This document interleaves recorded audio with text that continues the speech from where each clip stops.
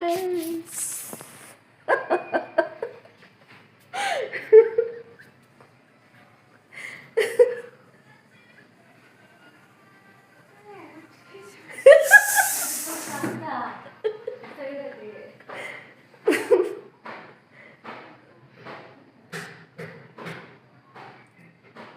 ಪರವಾಗಿಲ್ಲ, ಕಡಿಮೆ ರೇಟ್ ಕಡೆ ಇದು 280 ಏನೋ.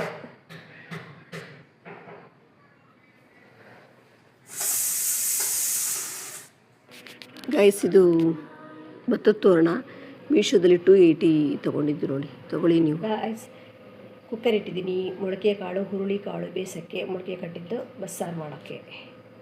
ಗೈಸ್, ಇದು ನಮ್ಮ ಗಿಡದಲ್ಲೇ ಬಿಟ್ಟಿದ್ದು ಪಾಟಲ್ಲಿ ಅದಾಗದಿ ಬೆಳೆದಿರೋದು. ಫ್ರೆಶ್ಶಾಗಿ ಬೆಳೆದಾಗ ಅದನ್ನು ಸಾರು ಮಾಡೋಕ್ಕೆ ಎಷ್ಟು ಟೇಸ್ಟಿಯಾಗಿರುತ್ತೆ, ಚೆನ್ನಾಗಿರುತ್ತೆ. ಬಸ್ಸಾರಿಗೆ ಹಾಕ್ತಿದ್ದೀನಿ, ಹುರುಳಿ ಕಾಳು ಬಸ್ಸಾರು.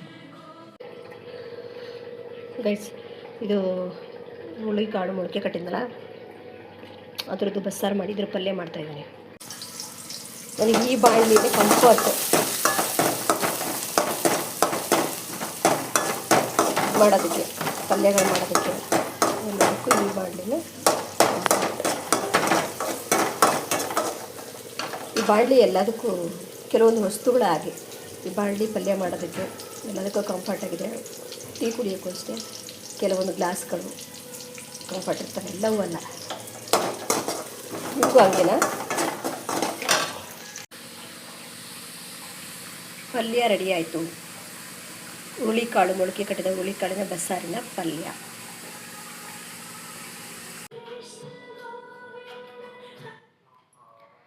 ಗೈಸ್, ನಾನು ಅದು ಯಾವಾಗಲೂ ಮೈಂಡ್ ರಿಲ್ಯಾಕ್ಸ್ ಮ್ಯೂಸಿಕ್ನ ಹಾಕ್ಕೊಂಡಿರ್ತೀನಿ. ಇನ್ಮೇಲೆ ನಾನು ಕೈಯಲ್ಲಿ ಇಟ್ಕೊಂಡು ಮಾಡೋಕ್ಕಾಗಲ್ಲ ಗೈಸ್, ತುಂಬಾ ಪೇಯ್ನ್, ಶೋಲ್ಡರೆಲ್ಲ ಮತ್ತು ನೆಕ್ಕು ಕೂಡ ಪೇಯ್ನ್ ಆಗಿದೆ. ಹಾಗಾಗಿ ನಾನು ಇನ್ಮೇಲೆ ಕೈಯಲ್ಲಿ ಇಟ್ಕೊಂಡು ಮಾಡಲ್ಲ, ಹಂಗೆ ಟೇಬಲ್ ಮೇಲೆ ಇಟ್ಕೊಂಡು ಮಾಡ್ತೀನಿ. ನನ್ನ ಜೊತೆಲಿ ಹುಟ್ಟಿದವರು ಹೇಳ್ತಾರೆ, ನಮ್ಮ ಸಿಸ್ಟರು, ನಾನು ವೀಡಿಯೋ ಮಾಡ್ತಿದ್ರಿ, ಇದೊಂದು ಬಿಟ್ಬಿಡು ನೀನು ಫುಲ್ ಪರ್ಫೆಕ್ಟ್ ಆಗ್ತೀಯಾ, ಇದೊಂದು ಬೇಡ, ನಿನಗೇನೆಲ್ಲ ನಿನ್ನ ಬುದ್ಧಿ ಸರಿ ಅಂತ ಹೇಳ್ತಾರೆ. ಅವ್ರದ್ದು ಯಾವ ಆ್ಯಂಗಲಲ್ಲಿ ಹೇಳ್ತಾರೆ ಐ ಡೋಂಟ್ ನೋ. ನನ್ನ ವೀಡಿಯೋಸಿಂದ ಸುಮಾರು ಜನಗಳಿಗೆ ಹೆಲ್ಪ್ ಆಗಿದೆ, ಯೂಸ್ ಆಗಿದೆ. ನಾನು ಆವಾಗ ಬ್ಯಾಂಗ್ಳೂರಲ್ಲಿದ್ದಾಗ ನನ್ನ ಬ್ಯಾಡ್ ಡೇಸಲ್ಲಿ ಒಬ್ಬಳೇ ನಡ್ಕೊಂಡು ಬರ್ತಾಯಿದ್ದೆ. ಒಬ್ಬಳೇ ನಡ್ಕೊಂಡು ಬರುವಾಗ ಒಬ್ಬ ಗುರುಗಳು ಹೇಳಿದ್ರು, ಯೋಚನೆ ಮಾಡಬೇಡ, ನೀನು 4 ಜನಕ್ಕೆ ಬೆಳಕಾಗ್ತೀಯ ಅಂತ ಹೇಳಿದರು. ಐ ಥಿಂಕ್ ಇದು ಯೂಟ್ಯೂಬಲ್ಲಿ ಸೋಷಿಯಲ್ ಮೀಡಿಯಾ ಮೂಲಕ ಬಂದು ನಾನು ನಿಮ್ಮ ಹತ್ರ ನನ್ನ ಭಾವನೆಗಳನ್ನ ಹಂಚ್ಕೊಳ್ಳೋದು, ಎಕ್ಸ್ಪ್ಲೋರ್ ಮಾಡ್ತಿರೋದು ಇದೇ ಅನಿಸುತ್ತೆ. ಆ ಬೆಳಕು ಅಂದರೆ 4 ಜನಕ್ಕೆ ಬೆಳಕಾಗ್ತೆ ಅಂದರೆ ಇದೇ ಅನಿಸುತ್ತೆ. ನನಗೆ ನನ್ನ ಉದ್ದೇಶ ಚೆನ್ನಾಗಿದೆ, ನನಗೆ ಇದರಲ್ಲಿ ನಾನು ಮಾಡ್ತಿರೋ ಕೆಲಸ ಕರೆಕ್ಟಾಗಿದೆ ಅಂತ ನನಗೆ ಅನಿಸುತ್ತೆ. ಯಾರು ಏನೇ ಹೇಳಿದ್ರು ನನ್ನ ಕೈಲಾದಷ್ಟು ಸಹ ನಾನು ಮನಸ್ಸಿಗೆ ಬರೋ ಥಾಟ್ಸ್ಗಳನ್ನ, ನನಗೆ ಮನಸ್ಸಿಗೆ ಬರೋ ಭಾವನೆಗಳನ್ನ ನಿಮ್ಮ ಜೊತೆ ನಾನು ಹಂಚ್ಕೊತೀನಿ. ಯಾಕಂದರೆ ಅವ್ರು ಯಾವ ಆ್ಯಂಗಲಲ್ಲಿ ಯೋಚನೆ ಮಾಡ್ತಾರೋ ಗೊತ್ತಿಲ್ಲ. ಹಳ್ಳಿಗಾಡಿನ ಜನಗಳ ಮನಸ್ಥಿತಿನೇ ಬೇರೆ. ಯಾಕಂದರೆ ನಾನು ನೋಡ್ಬಿಟ್ಟಿದ್ದೀನಿ, ಸೋಷಿಯಲ್ ಮೀಡಿಯಾದಲ್ಲಿ ಕಾಣಿಸೋ ಜನಗಳ ಬಗ್ಗೆ ತುಂಬಾ ಚೀಪಾಗಿ ಮಾತಾಡೋದನ್ನು ನಾನು ಕೇಳಿಸ್ಕೊಂಡಿದ್ದೀನಿ. ಅವರಿಗೆ ನಾವು ಮಾಡೋಕ್ಕೆ ಆಗಲ್ಲ ಅನ್ನೋ ಒಂದು ಕೊರತೆನೋ ಅಥವಾ ನೋಡಬೇಕಲ್ಲ ನಾವು ಅನ್ನೋ ಒಂದು ಇದು, ಅದೇನು ಹೇಳ್ತಾರೆ, ಅವ್ರಿಗಿನ್ನ ಮೈಂಡು ಅಷ್ಟೊಂದು ಬ್ರಾಡಾಗಿಲ್ಲ ಅನಿಸುತ್ತೆ. ಏನೇ ನೋಡಿದ್ರು ಏನೇ ಮಾಡಿದ್ರು ನೆಗೆಟಿವ್ ಆಗಿ ಅವರು ಯೋಚನೆ ಮಾಡ್ತಾರೆ ಅನಿಸುತ್ತೆ. ಹಾಗಾಗಿ ಅವ್ರಿಗೆ ಆ ಥರ ಥಾಟ್ಸ್ಗಳು ಬರುತ್ತೆ. ನಾನು ರೀಲ್ಸ್ ಮಾಡೋದು ಕೂಡ, ಶಾರ್ಟ್ಸ್ ಮಾಡೋದು ಕೂಡ, ಮೊದಲೇ ನನಗೆ ಮ್ಯೂಸಿಕ್ ಅಂದರೆ ಸಖತ್ ಇಷ್ಟ. ನಮ್ಮನ್ನು ಹೀಲ್ ಮಾಡೋದೇ ಮ್ಯೂಸಿಕ್ ಕೇಳ್ತಾ ನಾವು ಎಲ್ಲದನ್ನು ಮರೆತು ಬಿಡ್ತೀವಿ. ಒಬ್ಬೊಬ್ರಿಗೆ ಒಂದೊಂದರಲ್ಲಿ ಇಂಟ್ರೆಸ್ಟ್ ಇರುತ್ತೆ. ಹಂಗಾಗಿ ನಾನು ರೀಲ್ಸು, ಶಾರ್ಟ್ಸು ಇವೆಲ್ಲ ಮಾಡ್ತೀನಿ. ನಿಮ್ಗಳ ಕಾಟಕ್ಕೇ ನಾನು ರೀಲ್ಸ್ನ ಇನ್ಸ್ಟಾಗ್ರಾಮ್ ಅಕೌಂಟ್ನ ನಾನು ಪ್ರೈವೇಟಲ್ಲಿ ಇಟ್ಕೊಂಡೆ. ನಾನು ಆ ಥರ ಎಲ್ಲ ತಪ್ಪು ಮಾಡ್ತಾರೆ ಅಂತ ನಿಮ್ಮ ಉದ್ದೇಶ ಇದ್ದಿದ್ರೆ, ನಾವು ಸೋಷಿಯಲ್ ಮೀಡಿಯಾಕ್ಕೆ ಬಂದು 5 ವರ್ಷ ಆಯಿತು. ಇಷ್ಟೊತ್ತಿಗೆ ಗಂಡನ ಬಿಟ್ಟು ನಾವೆಲ್ಲಾದರೂ ಹೋಗ್ಬೋದಿತ್ತಲ್ವ. ನಾವು ಗಂಡನೂ ಬಿಟ್ಟಿಲ್ಲ, ಮಕ್ಕಳನ್ನೂ ಬಿಟ್ಟಿಲ್ಲ, ಜವಾಬ್ದಾರಿಯಿಂದ ನಮ್ಮ ಕೆಲಸಗಳನ್ನ ನಾವು ಮಾಡ್ಕೊಂಡು ಹೋಗ್ತಿದ್ದೀವಿ. ಇದೊಂದನ್ನು ನೀವು ನೋಡಿ ಅರ್ಥ ಮಾಡಿಕೊಂಡ್ರೆ ಸಾಕು. ನಮಗೂ ಎಲ್ಲ ಆಸೆ ಆಕಾಂಕ್ಷೆಗಳು ಎಲ್ಲವೂ ಇದ್ವು. ನಾವು ಬೇಕಾದ ಜೀವನ ಶೈಲಿನ ಅನುಭವಿಸ್ಬೋದಿತ್ತು, ಬೇಕಾದ ಥರ ನಾವು ಎಲ್ಲ ನಡ್ಕೊಬೋದಿತ್ತು. ಆದರೂ ನಾವು ಯಾಕೆ ನಡ್ಕೊಂಡಿಲ್ಲ, ಎಲ್ಲವನ್ನೂ ಬದಿಗೊತ್ತಿ ಹೆಂಗಿರಬೇಕು ಅಂತ ನಮಗೆ ನಾವೇ ಒಂದು ಬೌಂಡ್ರಿನ ಹಾಕ್ಕೊಂಬಿಟ್ಟಿದ್ದೀವಿ. ಇಷ್ಟೆಲ್ಲ ನಿಮಗೆ ಗೊತ್ತಿದ್ದು, ಇಷ್ಟೆಲ್ಲ ನೀವು ನೋಡಿದ್ರು ಅವ್ರ ಗಂಡ ಮಕ್ಕಳನ್ನೇ ನಂಬಿಕೊಂಡು ಮನೆ ಮಾಟ ಅಂತ ಮನೆಗೋಸ್ಕರ ಒದ್ದಾಡ್ಕೊಂಡಿದ್ದಾರೆ ಅಂತ ನೀವು ಇದನ್ನು ನೋಡಿ ಅರ್ಥ ಮಾಡ್ಕೊಂಡಿದ್ದಿದ್ರೆ ನನ್ನ ಬಗ್ಗೆ ನೀವು ಯಾರೂ ಏನೂ ಮಾತಾಡ್ತಿರ್ಲಿಲ್ಲ. ಎನಿವೇಸ್, ಅದು ನಿಮಗಿರೋ ಜ್ಞಾನ, ನಿಮಗಿರೋ ತಿಳುವಳಿಕೆ ಮಟ್ಟ ಅಂಥದ್ದು ಮಾತಾಡ್ತೀರ. ನನ್ನ ಉದ್ದೇಶ ಕರೆಕ್ಟಾಗಿದೆ, ಹಾಗಾಗಿ ನಾನು ಅದ್ರ ಬಗ್ಗೆ ಏನು ಮಾತಾಡೋಕ್ಕೋಗಲ್ಲ. ಇವುಗಳ ಆಸೆಯಂತೆ ಒಂದಿನ ಸ್ಕಿಪ್ ಮಾಡೋ ಟೈಮು ಬಂದೇ ಬರುತ್ತೆ, ಆವಾಗ ಖುಷಿಯಾಗಿರ್ರಿ. ಈಗ ನಾವೆಷ್ಟೊಂದು ನಮ್ಮದು ಯೂಟ್ಯೂಬ್ ಜರ್ನಿನೇ ಆಗಲಿ, ಶಾರ್ಟ್ಸೇ ಆಗಲಿ, ರೀಲ್ಸೇ ಆಗಲಿ ನೋಡಿದಾಗ ನಮ್ಮ ಹಳೆಯ ನೆನಪುಗಳೆಲ್ಲ ಮೆಲುಕಾಗ್ತೀವಿ. ನಾನು ಏಜ್ ಆದಮೇಲೆ, ಮುದುಕಿ ಆದಮೇಲೂ ಕೂಡ ನಾವು ಅದನ್ನು ರಿವೈಂಡ್ ಮಾಡಿ ನೋಡ್ಬೋದು. ನಾನು ಇನ್ ಕೇಸ್ ವೀಡಿಯೋನೇ ಮಾಡ್ತಿದ್ರೆ, ನಾನು ಮ್ಯೂಸಿಕಲಿ ಡಬ್ಬೇ ಮಾಡದೆ ಹೋಗಿದ್ರೆ, ರೀಲ್ಸೇ ಮಾಡ್ದಿಲ್ಲ ಅಂದರೆ ನಮಗೆ ಆ ಮೆಮೊರೀಸ್ಗಳು ಉಳ್ಕೊತಾ ಇದ್ವಾ. ಮೆಮೊರೀಸ್ಗಳು ಬೇಕು ಅಂದರೆ, ನೆನಪುಗಳು ಬೇಕು ಅಂದರೆ ನಾವು ವೀಡಿಯೋ ಮಾಡಲೇಬೇಕು. ನನಗೆ ಯಾರೋ ಒಬ್ಬರು ಹೇಳ್ತಿದ್ರು, ಅಜ್ಜಿ ಆದಮೇಲೆ ನಾನು ಹೆಂಗಿರ್ತೀನಿ ಗೈಸ್. ಕೆಲವೊಂದು ಟೀ ಕುಡಿಯೋಕ್ಕೆ ನನಗೆ ಈ ಗ್ಲಾಸೇ ಕಂಫರ್ಟ್, ಈ ಗ್ಲಾಸೇ ಒಂಥರ ಕನ್ವೀನಿಯೆಂಟ್. ಕೆಲವೊಂದು ಹಾಗೆ ಅಲ್ವಾ, ಪಾತ್ರೆಗಳೇ ಆಗಲಿ, ಅಡುಗೆ ಮಾಡೋ ಪಾತ್ರೆಗಳೇ ಆಗಲಿ, ಬಟ್ಟೆಗಳೇ ಆಗಲಿ, ಎಲ್ಲವೂ ಅಷ್ಟೇ. ಈ ಲೋಟದಲ್ಲಿ ಕುಡಿದ್ರೆ ಟೀ ಕುಡಿದ್ರೆ ಸಮಾಧಾನ, ಬೇರೆದಲ್ಲಿ ಕುಡಿದ್ರೆ ಕುಡಿತಿದ್ದೀವಿ ಅಂತಲೇ ಅನಿಸಲ್ಲ. ಕೆಲವೊಂದು ಹಾಗೆ ತುಂಬಾ ಕಂಫರ್ಟ್ನ ಫೀಲ್ ಮಾಡ್ತಾರೆ. ಮನುಷ್ಯರು ಅಷ್ಟೇ, ಕೆಲವೊಬ್ಬರು ಮಾತ್ರ ಕಂಫರ್ಟ್ನ ಫೀಲ್ ಮಾಡೋದು, ಎಲ್ಲರ ಕೈಲೂ ಆಗಲ್ಲ. ಗೈಸ್, ಇಷ್ಟೊತ್ತಿನಲ್ಲಿ ತಲೆಗೆ ನೆಂದು ಹೆಚ್ಕೊಂಡಿದ್ದೆ, ತಲೆ ಒರೆಸ್ಕೊತಾ ಇದ್ದೀನಿ. ನಾಳೆ ಎಲ್ಲೋ ಹೋಗ್ತಾಯಿದ್ದೀವಿ. ನಾಳೆ ಬ್ಲಾಗ್ ನೋಡಿ, ನೆಕ್ಸ್ಟ್ ಬ್ಲಾಗ್ ನಾಳೆ ಆಗ್ತೀನಲ್ಲ ಗೊತ್ತಿಲ್ಲ, ನಾಡಿದ್ದು ಐ ಮೀನ್ ಫ್ರೈಡೇ ಹಾಕ್ಬೋದು. ನೋಡಿ ಆಯಿತಾ. ಒಂದು ಪೂಜೆದು ವರಮಹಾಲಕ್ಷ್ಮಿ, ಈ ಸರಿ ವರಮಹಾಲಕ್ಷ್ಮಿ ನನ್ನ ಮೇಲೆ ಬೇಜಾರಾಗ್ಬಿಟ್ಟಿದ್ದಾಳೆ. ಪ್ರಾಪರಾಗಿ ನನಗೆ ಮಾಡೋಕ್ಕಾಗ್ತಿಲ್ಲ. ಶ್ರಾವಣ ಮುಗಿದ್ರಂತೂ ಖಂಡಿತ ಮಾಡೇ ಮಾಡ್ತೀನಿ. ನಮ್ಮದೆಲ್ಲ ಗೊತ್ತಲ್ಲ, ಆ್ಯಸ್ ಯೂಶುವಲ್ ಸಿಂಪಲ್ ಪೂಜಾ ನಮ್ಮದು. ಸರಳ ವಿರಳ ಸ್ವರ್ಣ, ನೋ ವಾಟ್ ಐ ಇಂಗ್ಲೀಷ್ ಬರಲ್ಲ ಗೈಸ್, ಬಟ್ಲರ್ ಇಂಗ್ಲೀಷು ಒಂದು ಇಂಗ್ಲೀಷೆಲ್ಲ ಬರೋಲ್ಲ. ನಾನು ಕನ್ನಡ ಮೀಡಿಯಮ್ ಓದಿರೋದಲ್ಲ, ಕನ್ನಡ ಮೀಡಿಯಮ್ ಓದಿ ಇಷ್ಟೊಂದು ಇಂಗ್ಲೀಷ್ ಮಾತಾಡ್ತೀನಿ. ಎಲ್ಲರೂ ನನಗೆ, ನಮ್ಮ ರಿಲೇಟಿವ್ಸು, ನನ್ನ ಫ್ರೆಂಡ್ಸು ಎಲ್ಲ ಹೇಳ್ತೀವಿ, ಏನು ಇಷ್ಟೊಂದು ಇಂಗ್ಲೀಷ್ ಮಾತಾಡ್ತೀನಿ, ನಮ್ಗೆ ಅರ್ಥನೇ ಆಗಲ್ಲ. ಅದು ಯಾಕೆಂದರೆ ನನ್ನ ಫ್ರೆಂಡು ಹಾಲಿಡೇ ಇಟ್ಟು ನಮ್ಮ ಹತ್ರ ಹೇಳಿದ್ದೀನಿ ನಾನು. ಇದು ನನ್ನ ಫ್ರೆಂಡು ರಜನಿ ಅಂತ, ಅವಳು ನಾನು ಒಂದು 10 ವರ್ಷ ಒಂದೇ LKG ಇಂದ 10th ಇಬ್ಬರು ಒಟ್ಟಿಗೆ ಓದಿದ್ದಾಯ್ತಾ. ಅವಳು ಈಗ ಫಾರಿನಲ್ಲಿ ಸೆಟ್ಲಾಗಿದ್ದಾಳೆ. ಅವಳ ಜೊತೆ ಸೇರಿ ನಾನು ಜಾಸ್ತಿ ಇಂಗ್ಲೀಷು, ಸ್ವಲ್ಪ ಇಂಗ್ಲೀಷ್ ಟಚ್ ಬರೋಕ್ಕೆ ಅವಳು ಒಂದು ಕಾರಣ. ಬ್ಯಾಂಗ್ಳೂರು ಗೊತ್ತಲ್ಲ, ಬ್ಯಾಂಗ್ಳೂರು ಆಲ್ಮೋಸ್ಟ್ ಅರ್ಧ ಬರೀ ಇಂಗ್ಲೀಷೇ ಇರುತ್ತೆ. ಬೆಂಗ್ಳೂರಿಗೆ ಹೋದ್ಮೇಲೆ ಎಲ್ಲ ಸ್ವಲ್ಪ ಇಂಗ್ಲೀಷ್ ಗೊತ್ತಿರೋರೆ ಫ್ರೆಂಡ್ಸ್ ಆಗಿದ್ದು. ಚಾಟಿಂಗ್ ಅದು ಇದು ಅಂತ ಚಾಟಿಂಗ್ ಮಾಡಿ ಸ್ವಲ್ಪ ಕಲ್ತ್ಕೊಂಡೆ. ಈಗ ನಾನು ಶಿವಮೊಗ್ಗ ಹೋದ್ಮೇಲೆ ನನಗೆ ಬೆಂಗಳೂರು ಫ್ರೆಂಡ್ಸ್ ಯಾರು ಇಲ್ಲ ಗೈಸ್, ಯಾರ್ಯಾರಿಲ್ಲ, ಎಲ್ಲರನ್ನೂ ಬಿಟ್ಟು ಹಾಕ್ಬಿಟ್ಟಿದ್ದೀನಿ. ಯಾಕಂದರೆ ನಾನು ಅವಾಗ ಫಿಲ್ಟ್ರಲ್ಲ ಎಲ್ಲ ಓಪನಾಗಿ ಹೇಳ್ತೀನಿ. ಅವಾಗೆಲ್ಲ ನನಗೆ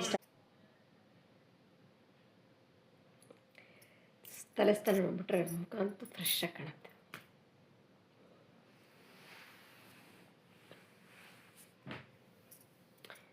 ದಿನವೆಲ್ಲ ಹಸಿವಿಲ್ಲ, ನಿಂತಿರೇನೆ ಬರೋದಲ್ಲ. ನಿದ್ದೆ ಬರುತ್ತೆ ಗೈಸ್, ನನಗೆ ನಿಜವಾಗ್ಲೂ ನಿದ್ದೆ ಬರುತ್ತೆ. ಇಂಥ ಕೆಲಸ ಗೊತ್ತಾ, ಮೈ ಮುರಿ ಕೆಲಸ ನನಗೆ.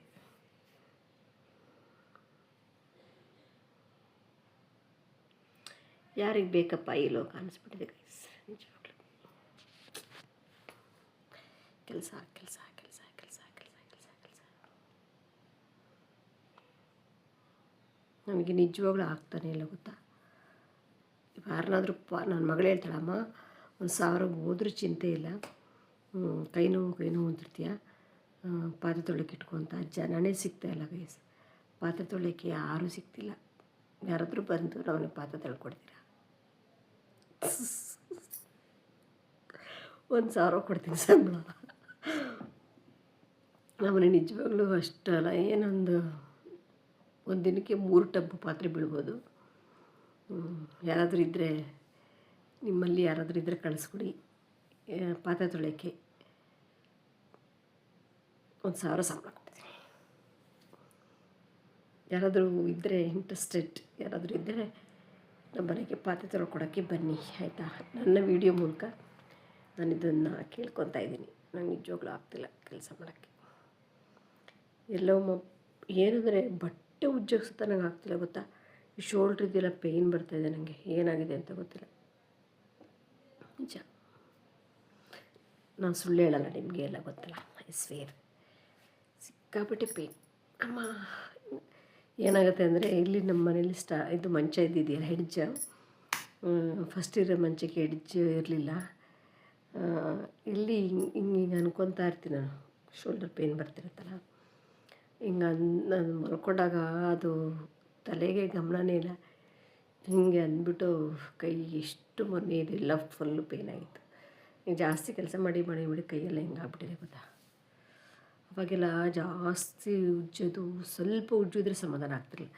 ಚೆನ್ನಾಗಿ ಉಜ್ಜಿ ನೀರು ಹಾಕಿ, ನೀರಲ್ಲಿ ಆಡಿ ಇದ್ದಾರೆ. ಇವಾಗ ವಯಸ್ಸು ಬೇರೆ ಆಯಿತಾ, ನರಗಳೆಲ್ಲ ವೀಕ್ ಆಗಿಬಿಟ್ಟಿದೆ. ಪಾಪ ನಮ್ಮ ಮನೆಯವರು ಹಿಂಗೆ ಇಲ್ಲೇ ಮಲ್ಕೊಳ್ಬೇಕಾದ್ರೆ ಪಾಪ 1-2 ಸಲ ಹೊಡ್ಕೊಂಬಿಟ್ಟಿದ್ದಾರೆ. ನಾನು ಹೇಳ್ತಿದ್ದೆ, ಅಯ್ಯೋ ನೋಡಿಕೊಂಡು ಇದು ಮಾಡಿರಿ ಅಂತ. ನಮ್ಮ ಮನೆಯವ್ರಿಗೆ ನಾನು ಎಷ್ಟು ಕೇರ್ ಮಾಡ್ತೀನಿ ಗೊತ್ತಾ. ನನಗೆ ಯಾರು ಕೇರ್ ಮಾಡಲ್ಲ ಗೈಸ್, ನನಗೆ ಯಾರು ಮಾಡಲ್ಲ. ನಮ್ಮ ಮನೆಯವ್ರಿಗೆ ಅವ್ರು ಬಂದರೆ ಅವಾಗಲಿಂದ ಏನೇನೋ ಮಾತಾಡ್ತಾಯಿದ್ದೀನಿ, ಕೇಳಿಸಿ. ಅದು ಶೂಟೇ ಆಗಿಲ್ಲ, ಸುಮ್ಮನೆ ನಾನು ವೇಸ್ಟ್ ಮಾಡಿಕೊಂಡೆ. ನನಗೇನು ಆಸೆ ಅಂದರೆ, ಸ್ವಂತ ಮನೆ ಮಾಡ್ಕೊತೀವೋ ಇಲ್ಲೋ ಗೊತ್ತಿಲ್ಲ. ನಮ್ಮ ಮನೆಯವ್ರಿಗೆ ಒಂದು ಉಯ್ಯಲ್ಲ ತಂದ್ಬಿಟ್ಟು, ಆಗಲೇ ಒಂದು ಟಿ ವಿ ನೋಡ್ತಿದ್ದೆ. ಆ ಟಿ ವಿನಲ್ಲಿ ಕೃಷ್ಣ ಇದ್ದಾನಲ್ಲ, ಚಿಕ್ಕವನು, ಬಾಲಕೃಷ್ಣ, ಅವನ್ನ ಕೂರಿಸ್ಬಿಟ್ಟು ಅವ್ರ ಅಮ್ಮ ತೂಗ್ತಾಯಿತ್ತ. ಅದು ನೋಡಿದೆ. ಅವಾಗ ನನಗೇನು ನೆನಪಾಯಿತು ಅಂದರೆ, ನಮ್ಮ ಮನೆಯವ್ರದ್ದು ನೆನಪಾಯಿತು. ನಾನು ಈ ಥರದ್ದೊಂದು ಉಯ್ಯಾಲೆ ತೊಗೊಂಡು ನಮ್ಮ ಮನೆಯವ್ರಿಗೆ ಕೂರಿಸ್ಬಿಟ್ಟು ನಾನು ತುಗ್ಬೇಕು, ಆಮೇಲೆ ನಾನು ಕೂತ್ಕೊಂಡಾಗ ನಮ್ಮ ಮನೆಯವ್ರು ತುಗ್ಬೇಕಂತೆ. ಏನೇನೆಲ್ಲ ಆಸೆಗಳಿದ್ದಾವೆ ನನಗೆ. ನಮ್ಮ ಮನೆಯವ್ರಿಗೆ ನಿಜವಾಗ್ಲೂ ನಾನು ಎಷ್ಟು ಕೇರ್ ಮಾಡ್ತೀನಿ ಗೊತ್ತಾ. ನಮ್ಮ ಮನೆಯವರು ಯೂಶ್ವಲಿ ಲುಂಗಿ ಉಟ್ಕೊತಾರೆ, ನನಗೆ ಲುಂಗಿ ಎಲ್ಲ ಉಟ್ಕೊಂಡ್ರೆ ಆಗಲ್ಲ. ಅದೇ ಹಾಫ್ ಚಡ್ಡಿಗಳಿರ್ತಾವಲ್ಲ, ಅದೇ 3/4 ಅಥವಾ ಬರ್ಮೋಡ ಏನೋ ಅಂತಾರಲ್ಲ. ನನ್ನ ಗಂಡು ಮಕ್ಕಳು ಬಟ್ಟೆಗಳ ಬಗ್ಗೆ ನಾಲೆಡ್ಜೇ ಇಲ್ಲ. ಅದನ್ನೆಲ್ಲ ನಾನೇ ತಂದು ಕೊಟ್ಟಿರ್ತೀನಿ, ನಾನೇ ತಂದಿದ್ದೆ. ಅವರು ಹಾಕ್ಕೊಳ್ಳೋದೇ ಇಲ್ಲ, ಅಷ್ಟು ಕೇರ್ ಮಾಡ್ತಿರ್ತೀನಿ ನಾನು. ನಮ್ಮ ಮನೆಯವರಿಗೆ ಅವ್ರಿಗೆ ಏನೇನು ವಸ್ತುಗಳು ಬೇಕಾಗುತ್ತೆ ಮೊದಲೇ ಎಲ್ಲ ತಂದು ಇಟ್ಟಿರ್ತೀನಿ. ನಾನು ನಮ್ಮ ಮನೆಯವ್ರಿಗೆ ಕೇಳ್ತೀನಿ, ನಿಜವಾಗ್ಲೂ ನಾನು ನಿಂಗೆ ಒಳ್ಳೆ ಹೆಂಡ್ತಿನ ಹೇಳ್ರಿ ಅಂತ. ನಾನು ಕೇರ್ ಮಾಡ್ದಂಗೆ ನಮ್ಮ ಮನೆಯವರು ನನ್ನ ಕೇರ್ ಮಾಡಲ್ಲ. ಅವ್ರು ಬೇಕು ಬೇಡಗಳನ್ನೆಲ್ಲ ನಾನೇ ನೋಡ್ಕೊಳ್ಳೋದಲ್ಲ. ಅವಾಗ ಕೇಳ್ತೀನಿ ರೀ, ನಾನು ಒಳ್ಳೆ ಹೇಳ್ತೀನಿ ಕೆಟ್ಟ ಹೇಳ್ತೀನಿ ಹೇಳ್ರಿ ಅಂತ. ನಮ್ಮ ಮನೆಯವ್ರಿಗೆ ಏನು ಬೇಕು ಬೇಡ ಅದನ್ನೆಲ್ಲ ನಾನೇ ಅವ್ರಿಗೆ ಕೊಡೋದು. ಆದರೆ ಅವರು ಆ ಕೆಲಸ ಮಾಡಲ್ಲ. ಅವರೇ ಹೇಳ್ತಾರೆ, ನೀನು ನನಗೆ ಒಳ್ಳೆ ಹೆಂಡ್ತಿ, ಆದರೆ ನಾನು ನಿನಗೆ ಒಳ್ಳೆ ಗಂಡ ಅಲ್ಲ ಅಂತ ಹೇಳ್ತಾರೆ. ನನ್ನ ಮಗಳಿಗೆ ಕೇಳ್ತೀನಿ, ಬಟ್ ನಾನು ನಿಂಗೆ ಒಳ್ಳೆ ಅಮ್ಮನ ಅಂತ. ಅವಳು ಹೇಳ್ತಾಳೆ, ಇನ್ನಷ್ಟು ನಾನು ಅದೇ ಹೇಳಿದೆ ನನ್ನ ಮಗಳಿಗೆ, ನಾನೆಷ್ಟು ಪ್ಯಾಂಪರ್ ಮಾಡ್ತೀನಿ, ಎಷ್ಟು ಪ್ರೀತಿ ಮಾಡ್ತೀನಿ ಅಂಥ ಗುಣ ಇರೋವಂಥ ಒಳ್ಳೆ ನನ್ನಂಗೆ ಪ್ಯಾಂಪರ್ ಮಾಡೋ, ನನ್ನಂಗೆ ಕೇರ್ ಮಾಡಿ ಲವ್ ಮಾಡೋಂಥ ಹುಡುಗ ಸಿಕ್ಕಿದ್ರೆ ನಿಂಗೆ ಸಾಕು ಅಂತ ನನ್ನ ಮಗಳಿಗೆ ಹೇಳ್ತಿರ್ತೀನಿ. ನನ್ನ ಮಗಳಿಗೆ ಇವತ್ತು ತಾನೇ ಕೇಳಿದೆ, ಹೇಳೆ ನನ್ನ ಬಗ್ಗೆ ಹೇಳಿದ್ದೀನಿ ಅಂತ. ಅದಕ್ಕೆ ಹೇಳಿದ್ಲು ಅವಳು, ನಾನು ನಿಂಗೆ ಒಳ್ಳೆ ಅಮ್ಮನೋ ಇಲ್ಲ ಹೇಳೆ, ನಾನು 100% ನಿನಗೆ ನ್ಯಾಯ ಒದಗಿಸಿದ್ದೀನಿ, ಒದಗಿಸಿದ್ದೀನಿ ಇಲ್ವೋ ಹೇಳು ಓಪನಾಗಿ ಹೇಳಿದೆ. ಅವಳು ಸ್ವಲ್ಪ ಸ್ಟ್ರೈಟ್ ಫಾರ್ವರ್ಡ್ ಅಲ್ಲಿ ಹಿಂಗೆ ಹೇಳ್ಬಿಡ್ತಾಳೆ, ಇಲ್ಲ ನೀ ನನಗೆ ಒಳ್ಳೆ ಅಮ್ಮ, ನಿನ್ನ ಥರ ಕ್ವಾಲಿಟಿ ಇರೋನು ನನಗೆ ಸಿಕ್ಕಿದ್ರೆ ಸಾಕು ಅಂತ ಹೇಳಿದ್ಲು. ಅದೊಂದು ಖುಷಿ ಆಯಿತು, ಹುಟ್ಟಿದ್ದಕ್ಕೂ ಸಾರ್ಥಕ ಆಯಿತು. ನನ್ನ ಇಂಟೆನ್ಷನ್ ಏನು ಗೊತ್ತಾ, ನನ್ನ ಸುತ್ತಮುತ್ತ ಇರೋರಿಗೆ ನಾನು ನ್ಯಾಯ ಒದಗಿಸ್ಬೇಕು, ಎಸ್ಪೆಷಲಿ ಮನೆಗೆ, ನಾಟ್ ಅದರ್ಸ್.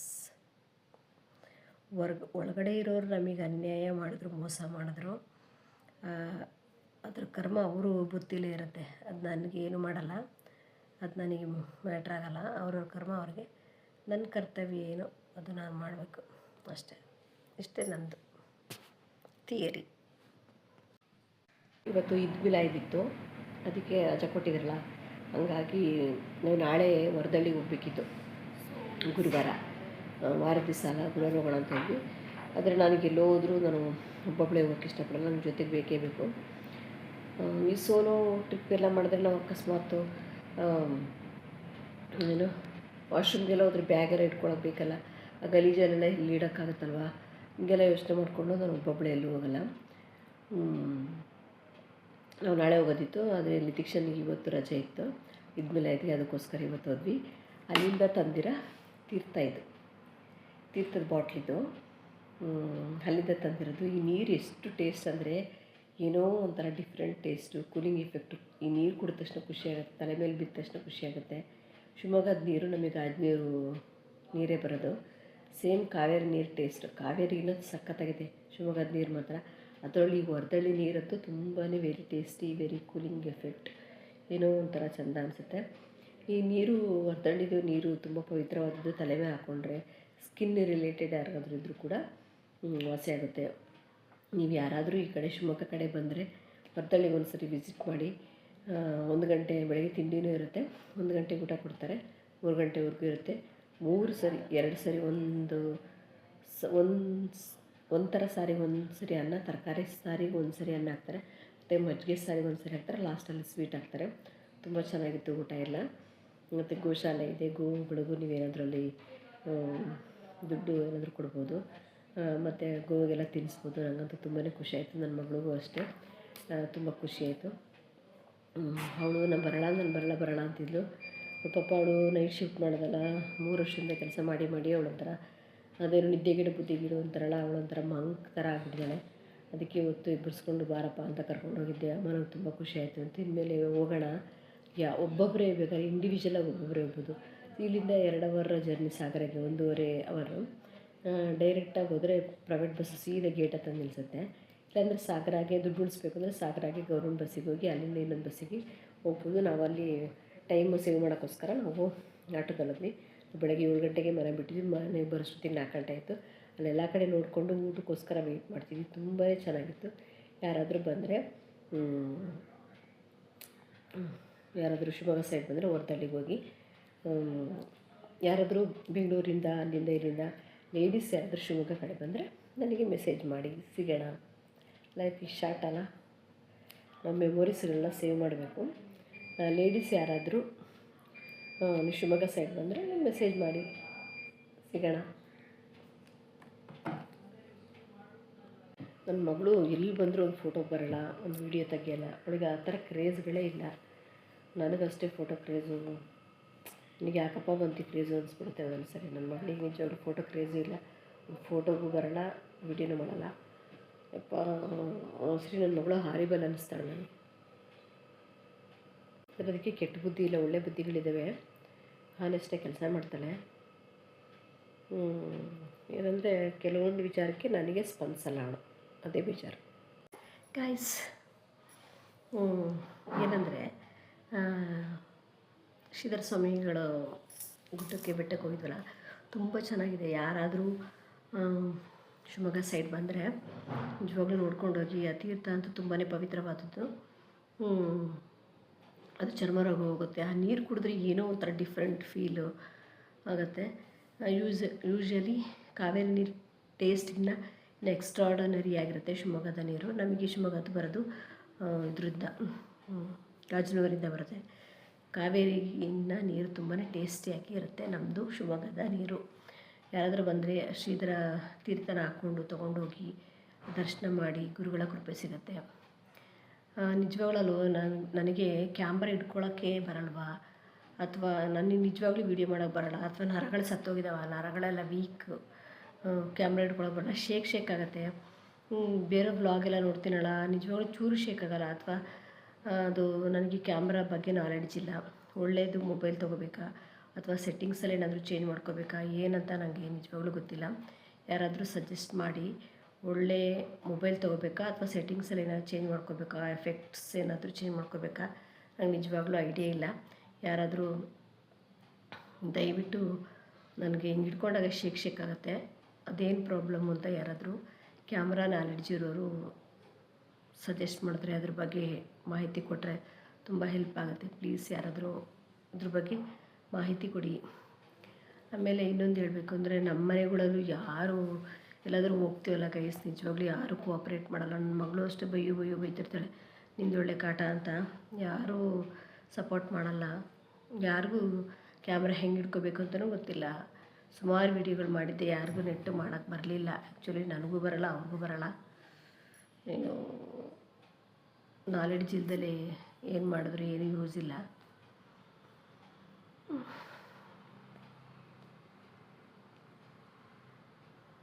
ನನಗೆ ನಿಜ ಹೇಳಬೇಕು ಅಂದರೆ, ನನಗೆ ಗುರುಗಳ ಬಗ್ಗೆ ಚೂರು ನಾಲೆಡ್ಜ್ ಇರಲಿಲ್ಲ.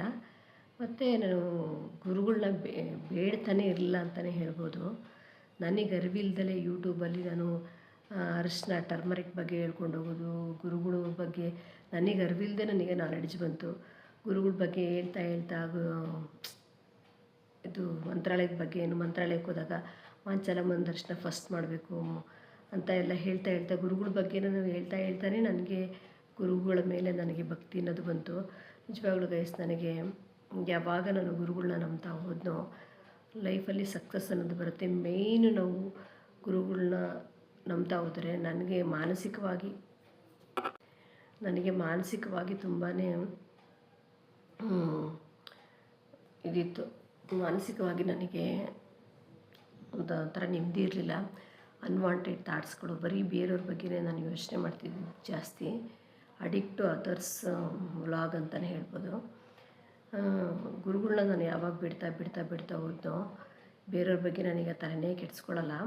ಅವ್ರು ಏನೇ ಬಿದ್ದು ತಕ ಅಂತ ಕುಣಿತಿದ್ರು ನನಗೊಂದು ಸ್ವಲ್ಪ ಅದ್ರದ್ದು ಎಫೆಕ್ಟ್ ಆಗಲ್ಲ. ಅದು ನನ್ನ ಮೇಲೆ ಪರಿಣಾಮನೇ ಬೀರಲ್ಲ. ಈಗ ಅಷ್ಟರ ಮಟ್ಟಿಗೆ ನಾನು ಗುರುಗಳನ್ನ ಬೇಡ್ದಾಗಿಂದ ನಾನು ಮಾನಸಿಕವಾಗಿ ಸ್ಟ್ರಾಂಗ್ ಆಗಿದ್ದೀನಿ. ಯಾರ್ಯಾರಿಗೆ ಮಾನಸಿಕವಾಗಿ ದೈಹಿಕವಾಗಿ ಹೆಲ್ತ್ ಇಶ್ಯೂಸ್ ಇದ್ದರೂ ಕೂಡ, ಮಾನಸಿಕವಾಗಿ ಪ್ರಾಬ್ಲಮ್ ಇದ್ದರೂ ಕೂಡ ನೀವು ಗುರುಗಳನ್ನ ನಂಬಿದ್ರೆ ಖಂಡಿತ ದೇವರು ನಿಮಗೆ ಯಶಸ್ಸನ್ನು ಕೊಡ್ತಾನೆ. ನನಗಂತೂ ಮಾನಸಿಕವಾಗಿ ನನಗೆ ಗುರು ಆಶೀರ್ವಾದ ನನಗೆ ಸಿಕ್ತು. ನನಗಿನ್ನೂ ಕೆಲವೊಂದು ಡ್ರೀಮ್ಗಳಿದ್ದಾವೆ, ಅವೆಲ್ಲ ಕಂಪ್ಲೀಟ್ ಮಾಡ್ಕೋಬೇಕು. ಇನ್ನು ವಿದ್ಯಾ ಚೌಡೇಶ್ವರಿಗೆ ಹೋಗಬೇಕು, ಮತ್ತು ಅನ್ನಪೂರ್ಣೇಶ್ವರಿದೊಂದು ಹರಕೆ ಇದೆ, ಅಲ್ಲಿ ಅನ್ನದಾನಕ್ಕೆ ಅವಾಗ ಅಕ್ಕಿ ಕೊಡ್ತೀನಿ ಅಂತ. ನನಗೇನಾದರೂ ಆದರೆ ನನಗೆ ನೀನು ಒಳ್ಳೇದು ಮಾಡಿದ್ರೆ ಮಾತ್ರ ನಾನು ಮಾಡ್ತೀನಿ ಅಂತ ಬೇಡ್ಕೊಳ್ಳಲ್ಲ. ಒಟ್ಟು ನನ್ನ ಮನಸ್ಸಿಗೆ ಥಾಟ್ ಬರುತ್ತೆ, ಅದು ನಾನು ಮಾಡ್ತೀನಿ. ಅನ್ನಪೂರ್ಣೇಶ್ವರಿಗೆ ಹೋಗಬೇಕು. ಸುಮಾರು ನನ್ನವೇ ಇಲ್ಲಿ ಶಿವಮೊಗ್ಗದಲ್ಲಿ ಸುಮಾರು ದೇವ್ರುಗಳದ್ದೆಲ್ಲ ಅವಾಗವಾಗ ಏನೇನೋ ಹರಕೆಗಳು ಇರ್ತವೆ, ಅವೆಲ್ಲ ನಾನು ಮುಂದೆ ಅದನ್ನು ಕಂಪ್ಲೀಟ್ ಮಾಡಬೇಕು.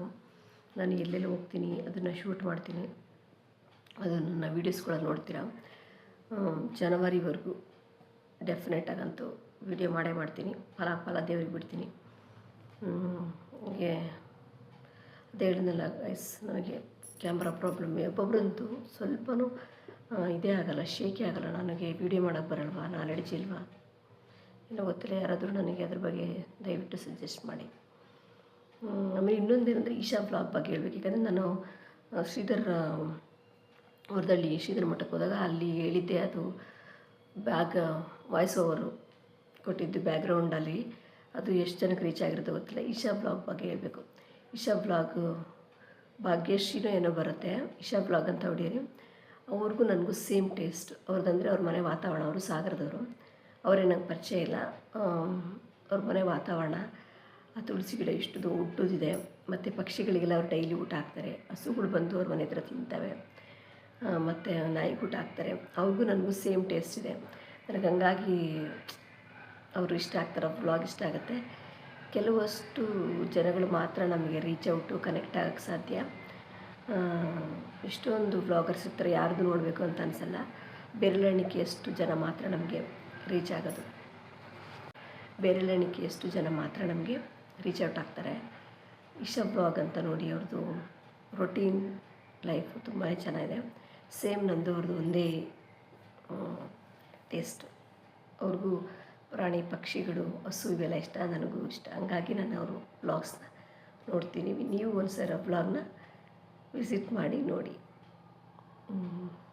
ಏನು ಹೇಳಬೇಕು ಅಂತ ಹೊರಟಿದ್ದೆ, ಏನೋ ಹೇಳಬೇಕು ಅಂತೀನಿ, ಬರೋದೇ ಇಲ್ಲ ಗೈಸ್.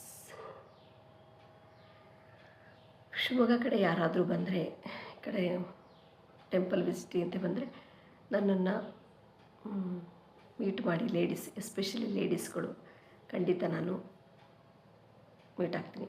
ನನ್ನನ್ನು ಕೂಡ ಮಾತಾಡಿಸ್ಕೊಂಡು ಹೋಗಿ.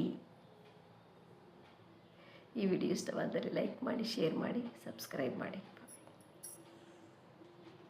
ಸರಿಯಾಗಿ ಬಾಳುವುದೇ ಯೋಗ. ಕೈಸೇನು ಗೊತ್ತಾ, ನೀವು ನನ್ನ ಅಬ್ಸರ್ವ್ ಮಾಡಿದ್ದೀರಾ? ನಾನೀಗ ಸಣ್ಣ ಆಗಿದ್ದೀನಿ. ಅದಕ್ಕೆ ಸಣ್ಣ ಆಗೋದಕ್ಕೆ ಕಾರಣ ಹೇಳ್ತೀನಿ. ನಾನು ಎಕ್ಸಸೈಸ್ ಮಾಡ್ತಿಲ್ಲ, ವಾಕ್ ಮಾಡ್ತಿಲ್ಲ, ಎಂಥದ್ದು ಮಾಡ್ತಿಲ್ಲ. ಏನು ಮಾಡ್ತಿದ್ದೀನಿ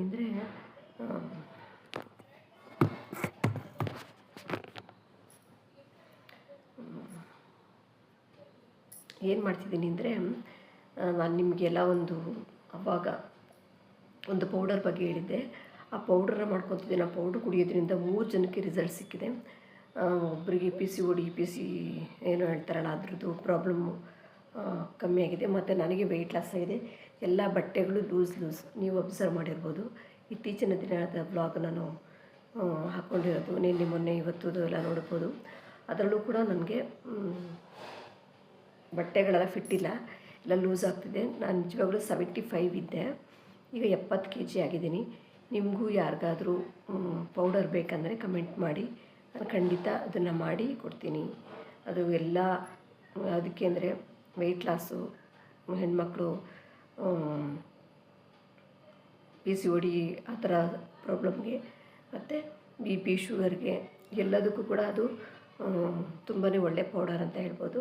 ಯಾರಾದರೂ ಇಂಟ್ರೆಸ್ಟೆಡ್ ಇದ್ದರೆ ನನಗೆ ಕಮೆಂಟ್ ಮಾಡಿ, ನಾನು ನಿಮಗೆ ಅದನ್ನು ಕಳಿಸಿ ಕೊಡ್ತೀನಿ. ಯಾರು ನನಗೆ ಎನ್ಕರೇಜೇ ಮಾಡಲ್ಲ ಗೈಸ್, ನೀವೇ ಬಿಡಲ್ಲ. ನನ್ನ ಬಗ್ಗೆ ನಿಮಗೆಲ್ಲ ಏನು ಅಭಿಪ್ರಾಯ ಇದೆ ಅನ್ನೋದು ಗೊತ್ತಿಲ್ಲ.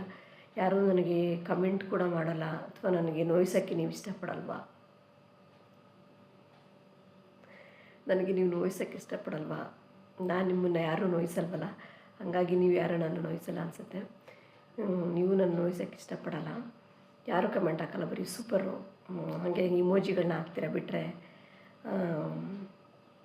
ಪದಗಳಲ್ಲಿ ಬರೆಯಲ್ಲ, ಡೀಟೇಲಾಗಿ ಬರೆಯಲ್ಲ. ಬೇರೆಯವ್ರಿಗೆಲ್ಲ ಹಾಕ್ತಿರಲ್ಲ ಹಾಗೆ ಹಿಂಗೆ ಅಂತ, ಬೇರೆಯವರಲ್ಲಿ ತಪ್ಪೆಲ್ಲ ಹುಡುಕ್ತಿರಲ್ವಾ, ಆ ಥರ ನನಗೆ ಯಾರೂ ಏನು ಕಮೆಂಟೇ ಹಾಕಲ್ಲಪ್ಪ. ನಾನು ಹಂಗೇನು ಕುಂದಿರ್ತೀನಿ ಯಾಕೆ ಅಂತ, ಅಥವಾ ಯಾರೋ ನನ್ನ ವೀಡಿಯೋಸು ನೋಡೋದೇ ಇಲ್ವಾ ಅಂತ. ನಾನು ಇನ್ನೊಂದು ಏನು ಹೇಳೋಕ್ಕೆ ಇಷ್ಟಪಡ್ತೀನಿ ಅಂದರೆ, ಬೇರೆ ಬ್ಲಾಗರ್ಸ್ಗೆ ಕಮೆಂಟ್ಗಳು ಹಾಕಿರ್ತಾರೆ, ನೆಗೆಟಿವ್ ಕಮೆಂಟ್ಗಳಿಗೆ ನೀವು ಏನು ಹೇಳೋದು ರಿಯಾಕ್ಟೇ ಮಾಡೋಕ್ಕೆ ಹೋಗ್ಬಾರ್ದು, ಅವ್ರಿಗೆ ಉತ್ತರನೇ ಕೊಡೋಕ್ಕೆ ಹೋಗ್ಬಾರ್ದು. ನೀವು ಹೆಂಗಿದ್ರೂ ಉತ್ತರ ಕೊಡ್ತೀರಾ ಅಂತ ಗೊತ್ತು. ಅವ್ರು ಎಗೇನ್ ಆ್ಯಂಡ್ ಎಗೇನ್ ನಿಮಗೆ ಆ ಥರ ಹರ್ಟ್ ಆಗೋ ಥರ ಕಮೆಂಟ್ಸ್ಗಳನ್ನ ಹಾಕ್ತಿರ್ತಾರೆ. ನನಗೆ ಯಾರೋ ಡ್ರಾಮಾ ಕ್ವೀನ್ ಅಂತ ಹಾಕಿದರು. ನನಗೇನು ಯಾರು ಅಂತ ಗಾಡ್ ಗ್ರೇಸ್ ದೇವ್ರದಿಂದ ಯಾರೋ ಕೆಟ್ಟ ಕಮೆಂಟು ಟಿಲ್ ನಾವು ಹಾಕಿಲ್ಲ. ಡ್ರಾಮಾ ಕ್ವೀನ್ ಅಂತ ಹಾಕಿದರು. ಅದಕ್ಕೆ ಹೌದಾ ಥ್ಯಾಂಕ್ ಯು ಅಂತ ಹಾಕಿದೆ. ನಾನು ಇಷ್ಟೇ ಹಾಕೋದು. ನನಗೆ ಯಾರೋ ಡ್ರಾಮಾ ಕ್ವೀನ್ ಅಂತ ಹಾಕಿದರು, ನಾನು ಅವ್ರಿಗೆ ರಿಯಾಕ್ಟೇ ಮಾಡೋಕ್ಕೆ ಹೋಗಲಿಲ್ಲ. ಯಾಕೆಂದರೆ ಹೌದಾ ಥ್ಯಾಂಕ್ ಯು ಅಂತ ಹಾಕಿದೆ. ನಾವು ರಿಯಾಕ್ಟ್ ಮಾಡಿದಷ್ಟು ಇಲ್ಲ, ಡ್ರಾಮಾ ಕ್ವೀನ್ ಅಲ್ಲ, ನಾನು ರಿಯಲ್ಲು, ನಾನು ತುಂಬ ಪ್ರಾಮಾಣಿಕ, ಹಂಗೆ ಹಿಂಗೆ ಅಂತ ಹಾಕಕ್ಕೆ ಹೋದರೆ ಅದನ್ನು ಜಾಸ್ತಿ ಅವರು ಜನಗಳಿಗೆ ಅದಕ್ಕೆ ರಿಯಾಕ್ಟ್ ಮಾಡ್ತಾ ಹೋಗ್ತಾರೆ. ಅದಕ್ಕೆ ಜಸ್ಟ್ ಇಗ್ನೋರ್ ಮಾಡಿಬಿಡ್ಬೇಕು. ಅವ್ರಿಗೆ ನಾವು ಉತ್ತರನ ಕೊಡೋಕ್ಕೆ ಹೋಗಬಾರ್ದು. ಯಾಕಂದರೆ ಮನುಷ್ಯರನ್ನ ಮೆಚ್ಚೋಕ್ಕಂತೂ ಖಂಡಿತ ಸಾಧ್ಯ ಇಲ್ಲ. ನಮ್ಮ ಆತ್ಮಸಾಕ್ಷಿ ದೇವ್ರಿಗೊಬ್ಬನಿಗೆ ಗೊತ್ತಿದ್ದರೆ ಸಾಕು ಅಷ್ಟೇ. ಅದು ಕಮೆಂಟ್ಗಳಿಗೆ ರಿಯಾಕ್ಟ್ ನೀವು ಮಾಡಿದ್ರೆ ಅದು ಹಂಗೆ ಕಂಟಿನ್ಯೂ ಆಗ್ತಾನೇ ಇರುತ್ತೆ. ನನಗೆ ಯಾರು ಅಂತ ಕೆಟ್ಟ ಕಮೆಂಟ್ ಇಲ್ಲ, ನಾವು ದೇವ್ರ ದಯಿಂದ ಹಾಕಿಲ್ಲ. ಯಾರಾದರೂ ನನ್ನ ವೀಡಿಯೋಸ್ಗಳು ಇಷ್ಟ ಆಗ್ತವ, ನಾನು ಹೇಳೋ ಟಾಪಿಕ್ಗಳು ನಿಮ್ಗೆ ಇಷ್ಟ ಆಗ್ತವ, ದಯವಿಟ್ಟು ಯಾರಾದರೂ ಕಮೆಂಟ್ ಮಾಡಿ ಪ್ಲೀಸ್. Especially ladies. ಗಂಡ್ಮಕ್ಳು ಆ್ಯಸ್ ಯೂಶಲ್ ಅವರು ಕೇಳೋದೇ ಬೇಡ ಆಗ್ತಿರ್ತಾರೆ, ಬ್ಯೂಟಿ ಹಂಗೆ ಹಿಂಗೆ ಅಂತ ಮುಜ್ಜುಗಳು ಹಾಕ್ತಿರ್ತಾರೆ. ಗಂಡ್ಮಕ್ಳದ್ದು ಬೇಡ, ಕಡೆ ಸೈಡಿಗಿರಲಿ, ಅವ್ರು ಹೆಂಗಿದ್ರು ಆಗ್ತಾರೆ. ಲೇಡೀಸ್, ಎಸ್ಪೆಷಲಿ ಲೇಡೀಸ್ಗೆ ನನ್ನ ವೀಡಿಯೋಸ್ಗಳು ಇಷ್ಟ ಆಗ್ತವ, ನಮ್ಮ ಬ್ಲಾಗ್ ಚೆನ್ನಾಗಿದೆಯಾ, ನಾನು ಮಾತಾಡೋ ಟಾಪಿಕ್ಗಳು ಚೆನ್ನಾಗಿದೆಯಾ, ಯಾರಾದರೂ ದಯವಿಟ್ಟು ಕಮೆಂಟ್ ಮಾಡಿ.